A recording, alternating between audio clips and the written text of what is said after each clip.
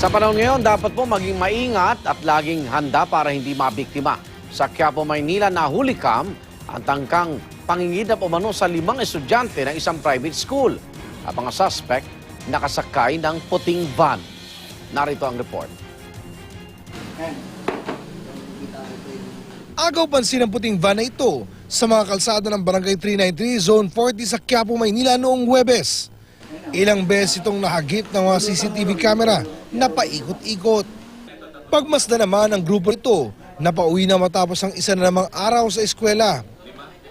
Ilang kanto rin ang inabot ng grupo sa paglalakad nang bigla silang harangin ng puting van.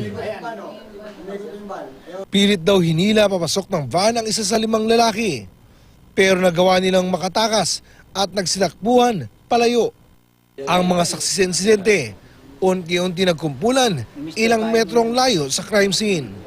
Ang mga nakatakas na lalaki agad namang dumiretso sa kanilang eskwelahan para isumbong ang pangyayari. Hinabol ng mga opisyal ang eskwelahan at barangay ang sasakyan, pero hindi na muli namataan ang van.